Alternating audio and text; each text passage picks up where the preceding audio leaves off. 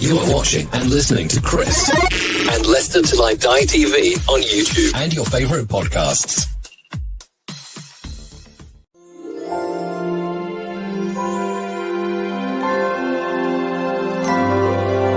Happy holidays, I guess?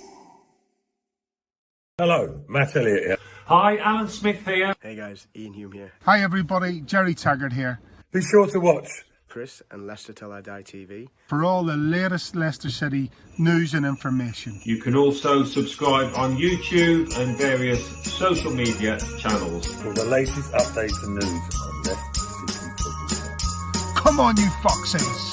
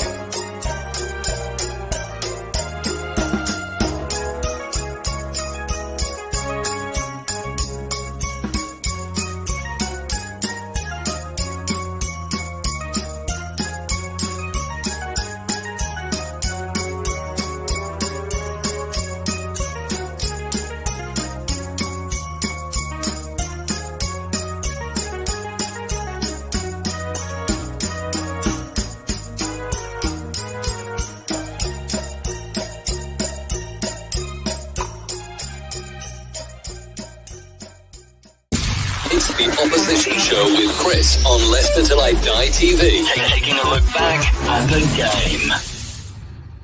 Right, Chris. All right there, all right at the back. How are we? How the devil are we all? Happy with that draw? Watford? At least they are one team we have managed to beat this season, which is more than can be said of Sunday. How are we feeling after that? Oh, annoyed? Well, we've got a show tonight. We're going to welcome on Josh from Aston Villa fan site, a view from the stands. One of us is going to be happy. I don't think it's going to be me somehow. Good evening, Josh. Good evening. How are you? Oh, I've been better. I've got to be honest with you. You must be happy. Yeah, very happy. It was one of those games where obviously we just lost to Manchester City in the midweek. Yeah. And, it was sort of a fantastic start from Steven Gerrard, back to reality, playing Manchester City. And I just didn't know how the game was going to go before kickoff. It was one of them, Leicester. I think it's for many oppositions this season is we don't know what to make of Leicester. We don't know if we're going to come up against a very good Leicester or a Leicester who are there for the taking. And it was the second one for me on Sunday. It was a Leicester there for the taking, and that's absolutely what happened. Unfortunately, it was. I mean, we are totally confused. And I am ending up, I know I am sounding like an Arsenal fan here, expectant that, because we finished top 5, we should be finishing top 5 again. I know that's going to be that hard, but it's just a completely different Leicester side. I mean, as opposition team coming to play Leicester, all you've got to do is get a corner. And you might as well, I think it was Martin Tyler on Sky literally said, sometimes getting a corner against Leicester is as good as a goal. Literally, he hadn't finished saying that, and you got your second goal. It was like, I don't know. I mean, can we go back to take you back as a Villa fan? What went wrong with Dean Smith? Tough one. It probably started back end of last season, really, where there was talks that actually Christian Perslow wasn't happy with the fact that we didn't push on to finish in Europe last season. It looked at one stage that we could have got top 8. And then our season sort of plateaued between March and April, and we completely fell off. And from there was a little bit of unrest. And as I said, we've got these new owners who have got very lofty and high ambitions for Aston Villa and demand us to be in Europe. And that's the expectations there. I think the one thing for Dean Smith that I think if you look back on now is A little bit of rub of the green didn't go his way. The bad run started from when we lost to Wolves 2-0 up, and we ended up losing. Which, you know, again, you look back at that and you think we should never ever have lost that game being 2-0 up at home, but we did. From there on, it just completely capitulated. Dropping Tyrone Mings could have been seen as a brave decision, but didn't.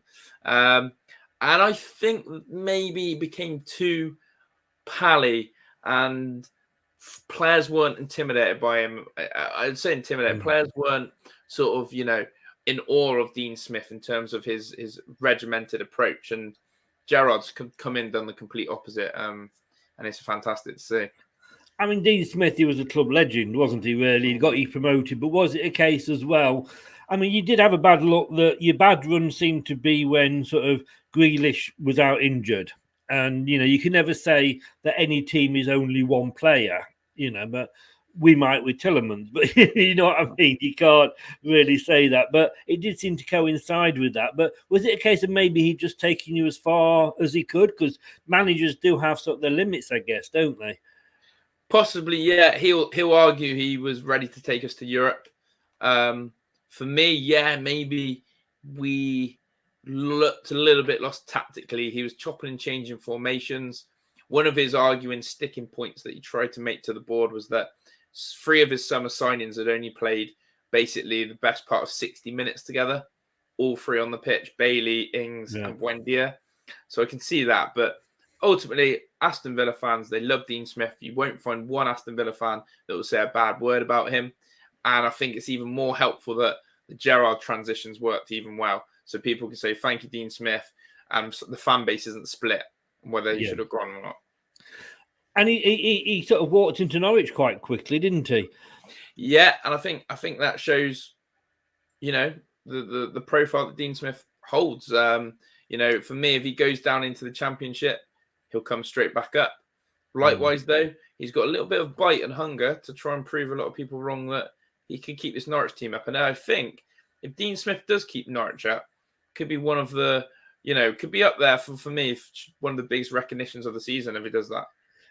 You'd almost like to say that he would deserve manager of the season. You know, he wouldn't get it because that will go to Pep or Tuchel, whoever you know wins the league. But then Steven Gerrard came along. You must have thought your Christmas had come early, mustn't you? Yeah, I was quietly very, very happy about this. Half my side of my family is Scottish, all Rangers fans. So I've watched a lot of Rangers in the last couple of years. And there was one thing that I noticed at Rangers, which was he had a clear style of play. For a manager to also go unbeaten, it doesn't matter what league you play in, for a manager to go unbeaten domestically in the league in a whole season, I think is phenomenal. And Steven Gerrard, the name carries itself. Yes, it doesn't happen that often. You know, the Invincibles did it. Arsenal, obviously, down here once in a blue moon. Forget when it was, but it was a while ago. It was interesting to see. I was waiting to see what Rangers fans' reaction was because the way that Brendan left Celtic to come to Leicester was almost identical to the way Gerrard left Rangers to come to us. To come to you. Sorry, fraudulent slip there. And it was pretty much they weren't happy, were they? Which I guess is natural. I think it's a positive sign that if the football club is angry and the supporters are angry that they've lost their man. Gerrard's reputation now is a little bit tainted up in Scotland, but is he probably that bothered? No. He's got bigger fish to fry down here now. So, yeah, it's a good reaction, in my opinion, knowing that we've got ourselves a great manager. And do you think, you know, when we got Brendan Rodgers, we thought, great, we've got him. He's come. He's got this plan in place. And we didn't think he's going to be with us. And I don't think managers are these days. It can be like a Ferguson or a Wenger, where they're there for 20-odd years at a club. But you know, we thought with Brendan, well, he might be here for sort of maybe 4 or 5 years, then a bigger club will come in and take him. Do you think you are the starter for Gerrard's main course at Liverpool? I think naturally one day he'll want to manage Liverpool. There's no doubt about it. Personally, would I go in after Jurgen Klopp? No, because I think you've got such big shoes to fill Yeah. that you're almost set up for failure. You see it with Sir Alex Ferguson, you see it with Arsene Wenger. You know, it's such big shoes to fill. So for me, why Gerrard could stay at Villa for 4 or 5 years, in my opinion, if it all works out. He could take us to the lofty ambitions that we have of getting back into European football. And so, look, I do think eventually Villa, if he does well here, will be that starter for him to go on and manage a Liverpool, a big club. But I'm happy. I'm happy that if that works out, if he does get the Liverpool job because of his merit, that means he's done well at Aston Villa and he can't complain. No. Like you say, he wants to be the one that follows Jurgen Klopp, Yeah. really. Yeah. Your new chairman, I can never say his name. Pulic, is it? The new Villa chairman? The owner, yeah. The owner. So yeah, we got a few. So we got Nassi Suarez and Wes Edens are the money man, but the man who sort of does a lot of the commercial side, the sort of the overseers, Christian Perslow. Perslow, that's it. I always want to say Pulicek, get it wrong, but I heard him on Talk Sport when they brought out the government's inquiry into football, etc. He speaks very, very well, and he has got a handle on what I would call a decent, if you like, chief executive or whatever his position is. He wasn't, expect you to go and win the Premier League straight away, but he can see there's a plan and maybe in a few years you'll be up there challenging. But he does seem to have a good handle on what's going to be happening at Aston Villa. Yeah, there aren't many CEOs like him, in my opinion, who are very good at communicating, but also in terms of not just, articulate, but, he only released a video a week or two ago about the progress of Aston Villa. And it was released on our website about him sort of talking through how the first couple of months go, the reason over Gerrard, the academy, the plan to expand the stadium. So he's very happy to sit and almost communicate to fans those sort of uncertain questions, which is what every good football club needs. Yes, definitely. The game. It could have got. I mean, this is the nearest thing where I suppose we've got to well, it's the only thing we've got in the Midlands derby in the Premier League at the moment.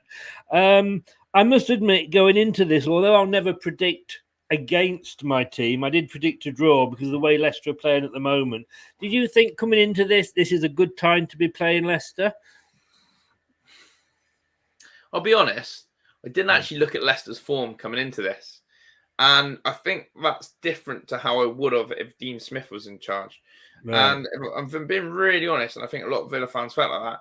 There's such feel-good vibes at Villa and Villa Park that it's just like bring on whoever's next. Yeah. And that's the sort of mantra at the moment. So, I was a bit like, bring on Leicester. We can beat them if we play our game. But also I did have at the back of my mind knowing that Leicester haven't been the same sort of outfit as they have been the last couple of seasons, and that's probably why I was even more positive than maybe I would have been a year or two ago. It's as somebody a lot better than me at this once said, it's a funny old game, and like you said, I just don't know what's happened to Leicester. I mean, our defence, and we can't blame injuries because we've got less injuries this year than we had last season. And we're struggling. Terry says, and David, good evening to both of you, agrees. On the stream he was watching, the commentator said both Villa and Leicester both think having a defence is optional. We definitely do. Do you as well? Do you struggle with that? I mean, I've noticed you've let in 24 this season, which is 3 less than us. So I think under Gerrard, we've definitely shown that we are a lot tighter ship. If you look at it, we've conceded 4 goals in 4 games, 1 a game. 2 of them came against Manchester City. Yeah, and 2 were great finishes. So you take City out of the equation. 1 against you, 1 against Palace. First half, we were defensively a bit of a shambles, and I was a little bit worried that Leicester could have capitalised on that, and I don't think you did. I don't think you struck the sword where you needed to in that first half. Whereas in the second half, and Jared came out and said this, he reorganised the team, and I think we were defensively very good second half.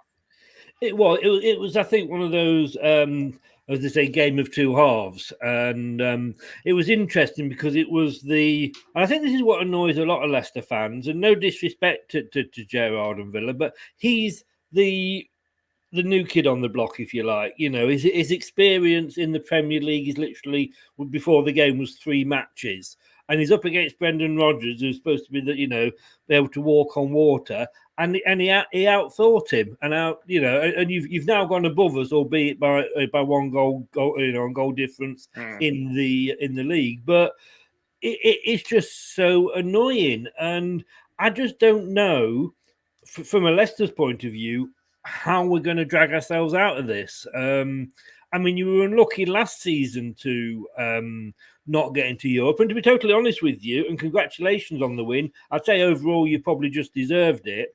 But I like to see clubs that aren't in I call them the ESL 6. And if it's you or West Ham, whoever, getting up there, challenging, I think it's great that these clubs can go in and break the ceiling, as they say. Yeah, I've got to agree. And I think a lot of football fans want to see that, if I'm honest. A lot of football fans would love to see, these different clubs break into Europe. Yes. And where do you, we've got to talk about it. I've not mentioned it yet, but the VAR disallowed goal. What are your thoughts on that? During my watch along, I wasn't happy. I really wasn't happy. I've seen them given. I've seen them given in the Premier League this season, in other leagues. Look, the rules there, and the initial interpretation that they were telling them after the game with the studio is that Kasper Schmeichel had control of the ball for 1/12 of a second. But then I saw something today that you cannot be in control of the ball if there is off a rebound or a goalkeeper save. So again, the interpretation of the rule is, obviously Kasper has made the initial save from Matty Cash. Apparently, from the rule I've read again today, the ruling of it is that the exception of being in control of the ball is off this rebound, and that was a rebound. I wasn't happy with Kasper Schmeichel's reaction. I know maybe the other way, if it was the other way, Emi Martinez may have done the same, but let's be honest, Jacob Ramsey didn't touch his hand. He got all of the ball, and Kasper's gone down like his hand's been stood on and broken, which I get. You're going to try and play and make sure VAR, and I think that had, not going to lie, I think it had a little bit of an impact. On swaying the decision. As Facebook user said, he said there, I'm a Leicester fan, it's a goal all day. And I always look at these things and think, well, if it was the other way, would I be screaming for the goal? And I have to say, yes, I would. And I've just done an FA Cup draw stream with a Burnley fan. And apparently Nick Pope had the ball in his hands. It was headed out of his hands and into the goal. I haven't seen it, to be honest with you. But the guy that was in the middle for that game, was on the VAR for our game, and yet one of them, he's got control when he hasn't got control when he's got 2 hands on it, but Kasper has when he's got one hand on it, and yet Dermot Gallagher, who obviously does these for the Sky and the TV, he's backing it and saying, and I think for me, and then because we can also then look at the penalty appeal we had with Luke Thomas, which wasn't a penalty, I think he tripped over himself. But last season, that would have been given. And this is the thing with fans. It's changed every season. We don't know what the bloody rules are. Yeah, they're changing the laws all the time, and it is getting a bit pedantic and frustrating. And, I'm sure we'll see that rule change again.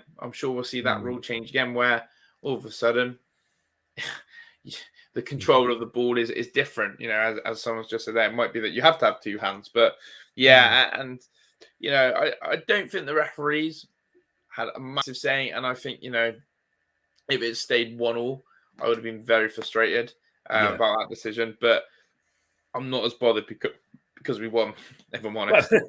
Of course, that's natural. And you really sort of you did a Leicester on Leicester, because as soon as we scored, and I've got to be honest with you, Harvey Barnes, it was a great goal, and I thought, great, here we go. You hit us back within a couple of minutes, and then you hit us straight after the after the second half started with the corner. I'm going to ask you about Grealish. I've got to mention him. We're going to go through the show. I mean, £1 billion for him. That's not bad, is it? But is he that much of a miss? Tough one. Under Dean Smith, 100%. You can see the absence of Grealish. I think under Gerrard, it would have been interesting to see him play under Gerrard and the system that we're playing now, and the fast one-touch attacking football. But at the same time, Grealish doesn't play that way. He holds onto the ball for a while. And it'd been interesting to see, because Gerrard's philosophy in the final third is quick, interchangeable football. And you would have seen glimpses of that yesterday, where when we play in that final third, it's quick one-touch passes, one or two touch. Grealish doesn't do that. So it'd been interesting to see how he would have dealt with that in Jack Grealish, and whether he tried to coach that out of him, whether he would allow Grealish to do it. But look, I'm always going to say we would still take Jack, a player of Jack's quality in our squad, because he's a great player. Whether you take him back, another thing. I wasn't surprised he was booed, because when you played Man City, because ex-players always are, no matter how good they were for you, as in Mahrez and Kante, you do. But I can say, do you think, you've answered it really, you said you'd take him back in a heartbeat. Yeah, I mean, some Villa fans wouldn't. I wouldn't take him back. Well, it's hard because someone like Ashley Young's come back. Now, never did I imagine we'd sign Ashley Young again and him playing for Villa.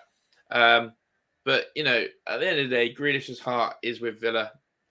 You sort of have to look at it and go, he's made a career decision to basically try and win trophies that he would never have the chance of winning at Villa, a Premier League, a Champions League.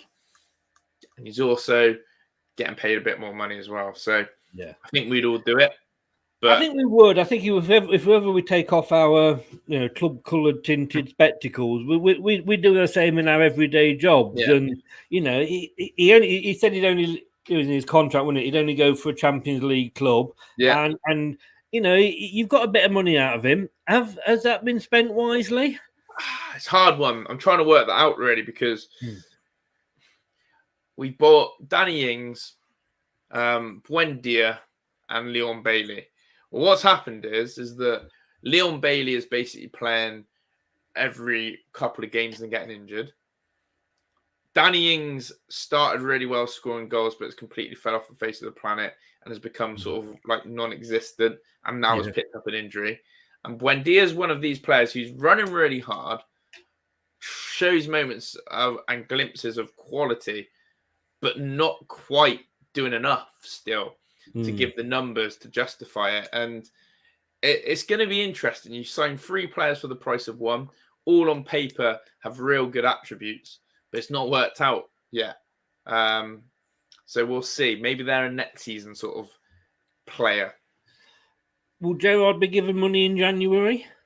I think he will. I think that would have been part of the agreement, that if you're going to come and join us, have a war fund. Whether he goes and raids Rangers is another thing, because I know that, for example, Rangers have got a bit of a financial crisis.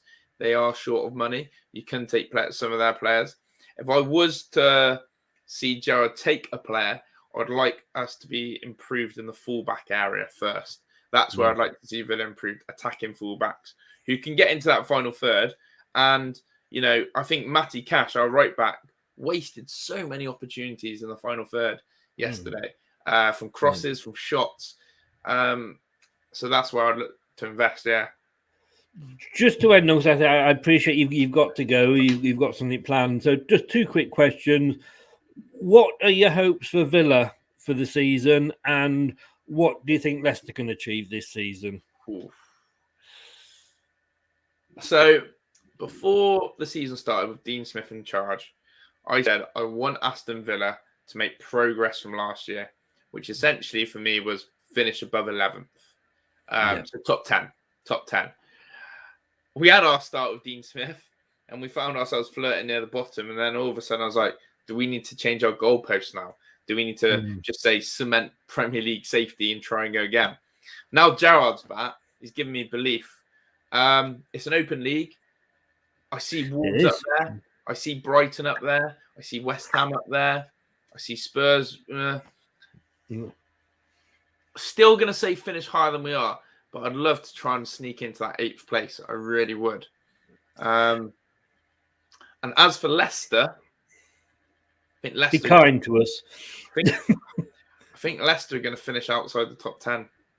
I think Leicester are going to finish outside the top 10. And I think there's going to be serious questions over Rodgers, whether he is someone that moves on. And he got linked to like the Manchester United job, didn't he? And he was even being linked with Barcelona. If there was a job going, he was being linked with it. You know, it is a funny season because I mean we've seen it. You know, anybody can go out and beat anybody. Yeah. You know, whether we've actually punched above our weight for maybe 2 seasons, and maybe now there's more teams.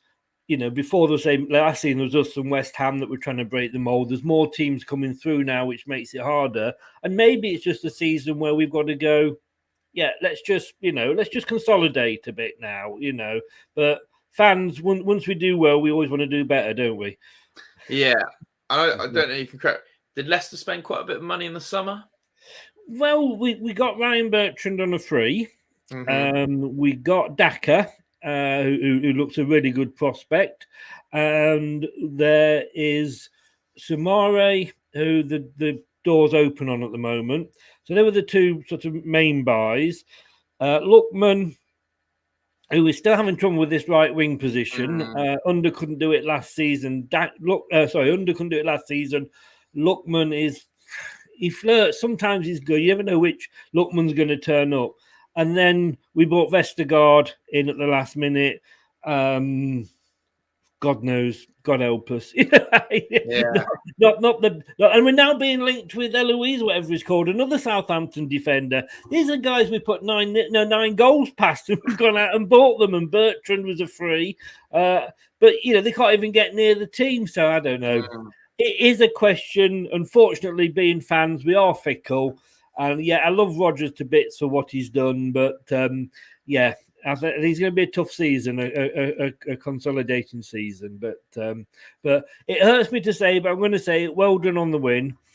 Thank you. Cheers. That does hurt, you know. And in the FA Cup, come on, Man United. That's all I will say. Who knows? We got 100% record against Man U so far this season. So who knows? But that was with Ollie in charge, I guess. This is the thing, isn't it? It is a different kettle of fish now. But as indeed Villa are. Josh, give everybody a shout out. Your link is in the description below if anybody wants to go and follow you. But just give a shout out to how people can find you on social media and YouTube. Yeah, cheers, guys. Obviously, channel name A View from the Stands. Though I'm a Villa fan, we do a lot of watch-alongs across different games. And you know, we've got a great community in the chat who love talking football, like I'm sure you guys love to do. And it's A View from the Stands on YouTube, or social media is at AVFTS1. And really enjoyed talking to you, Chris. Really appreciate it. And thank you for having me on. Appreciate you coming on. I thought I wanted to do it different this season. So rather than do a preview, I thought I'd do the review. I've not picked the right season to do it, unfortunately. Yeah. but there we go. Look, thanks so much for coming on. I really do appreciate you giving up your time. Good luck for the rest of the season, mate. And maybe we'll chat when we play you again later in the season. Absolutely. Cheers, Chris. Thanks so much. All the best, mate. Stay safe. Bye-bye. Goodbye. Bye-bye. That was Josh from A View from the Stands. Do go and check him out. His link is in the description below on YouTube. Give it a click. It's a really, really, really good channel. Go and check it out. Speaks volumes on Bertrand. In pre-season, he looked great, but since he got COVID-19, he has been awful. I mean, you can get long COVID-19, can't you? And that goes on and on and on. Obviously, the name gives it away. And the thing is, David, and I do see what you're saying there, but when Ricardo first came back, he didn't look as good, did he? When, Castagna's come back, he doesn't look half the player that he was before. Maddison, he's only just now starting to show the form that we had, because when he came back off injury, I don't know what's happening at this club. I mean, Wesley Fofana, he couldn't believe the good evening, Rennie, how are you? Wesley came out and said he can't believe how intense the training is here. It must be intense because we're getting so many injuries from non-playing injuries, if you like, so from training. What is going on? Is training too intense? But when these people are injured or got COVID or whatever and this is what, it is taking them a long time to come back, and that's understandable. It really, really is. Especially for the likes of Jamie Vardy and the older players. But we buy players, and like you said there, I thought Bertrand was good pre-season. I thought this is good. I won't go as far as Brad said about we're paying more than his wage. He's just not got on. He's just not got in, and we bought players. And I know they've got to earn their rights to get into the team, but they haven't been. They haven't. I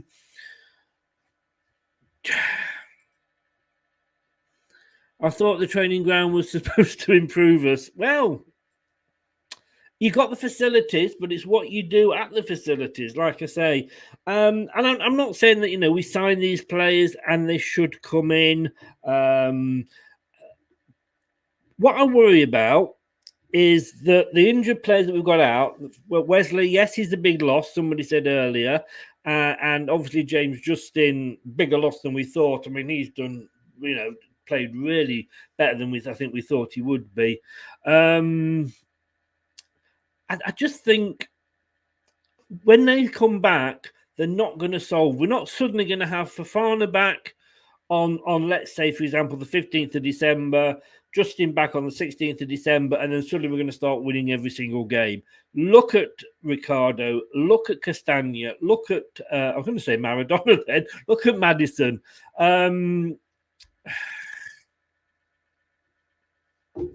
It's going to take them a while to get back in.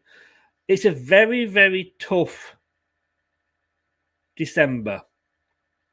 And by the end of December, my fear is that we could be out of the Carling Cup because we're playing, away to Liverpool in that. We could be really well down the table, possibly looking, towards the bottom. And remember what happened with Claudio on that. You only get so much free time if we're winning something these days.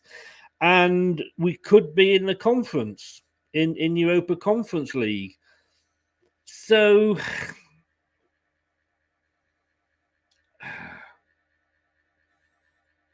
I am worried. Rene, you saying what is your lineup for Napoli? Do you know what? I can't tell. I really can't tell with Brendan Rodgers. I mean, and I go back to Nigel Pearson when we were in the Championship, right? Before we got promoted. That season, we basically walked the division. We got over 100 points. We broke away winning records, home winning. We broke every record going virtually. And you know what? I could have said on the 5th of December, the team that Nigel would be putting out on the 21st of January, because it was the same team week in, week out, week in, week out. And look what happened. We walked the division. He gets into the Premier League. We have a few good games, and then it all goes wrong because he's changing it week in, week out. He's changing the formation. He's worrying too much about the opposition. That sound like anybody to you? I think that's what Rodgers is doing at the moment. And you know what I mean? I've got Tuchel, he's come in at Chelsea, he said, this is my favourite formation. You guys don't work with this formation, you go in. Tammy Abraham, you're not fitting into my idea. I'm getting rid of you. I don't know how good you are. No point in having players, no matter how good they are, if they don't fit in the way that you think you want to play. And all he does, he's got this system, he's got this formation. You're injured. Out, and he's putting another square block into a square hole. And I just don't, Brendan's trying to overthink things. He sits, he stands on the edge, he applauds, hoping, like a seal, hoping somebody's going to give him a fish. And I worry for him. As I just said then about Dean Smith and Aston Villa to Josh, the Villa fan, some managers have a shelf life that takes them to a certain position. And, once they've hit that, that's as far as they can take the club. Is it with Brendan? Brad, have you calmed down yet? You you had a go at me the week before about my rant, and then you were saying virtually exactly the same on your rant. Let's look. I mean, Inacho, I think he's going to want to leave. I mean, God's sake, he was our top scorer last season. Brendan, you're not playing our top scorer from last season. Why? Ward, yeah, I think give Ward a chance. I think Schmeichel needs to be taken out of the spotlight a little bit. You can't pick somebody purely on their name. Has Brendan got the balls and the bottle to do it? Amarte, I never thought I'd be saying this, but bring Amarte back in. I'm not sure about Lookman. I'm really not sure. I think he's going off the boiler for me a little bit. But yeah, Daka and Inacho up front. But then again, Varney didn't start at the weekend. Maybe he's going to be coming on. And it's all right, Brendan. You're thinking like, well, I'm going to put Vardy on for this big game because he's our greatest ever goal scorer. Blah blah blah blah blah. Let's put Vardy on. Give him put players on the pitch that will pass the ball to him. There's no point putting him on there and then putting players on the pitch that aren't going to get the ball through to him. There's no point. You see, I'm going now again, aren't I? I think the game versus Napoli will tell us a lot about our mentality, and when we have any bottle about us, quite possibly. I guess that nope is a no to you haven't calmed down yet. Who knows what team he's going to break? Who knows what team he's going to pick? Sorry, but certainly Amati should be in there. I'd have KDH. I really would have KDH in there. I don't think he did much wrong at the weekend compared to the others. Yeah, Inacho, I mean, the guy, like I say, if he doesn't put a transfer request in January, then I would be very, very surprised. Guys, look, we're back tomorrow at 7:00. We have in fact got the European preview with me and Craig, when we are going to be looking at the match, the Napoli match, and we're going to be having Terry join us, and Terry is a Napoli fan. So that will be interesting. We're actually going to have a Napoli fan on, based in London. He's going to be coming on tomorrow at 7:00. And then at 9:00, it's the last X on the pitch of the year. We're giving it a break then over Christmas and New Year. So Julian Watts, obviously ex-Leicester City player, myself, we're going to be looking at each individual team and how they've performed this season, and have they overperformed, underperformed, average, you know what I'm saying. So we're going to be doing that at 9:00. So double trouble tomorrow. Guys, it was nice to have the Aston Villa fan on. It hurt. Believe you me. I felt like this. Yes. I feel like that most times when I watch Leicester these days. Ooh, It's a big, big month. That's all I'm going to say. It is a massive, massive month. I will see you tomorrow night at 7. Thanks to everybody that joined in the chat. Thanks if you're watching this. Thanks if you've listened on the podcast, on all the normal places. And we will see you tomorrow at 7. Good night now.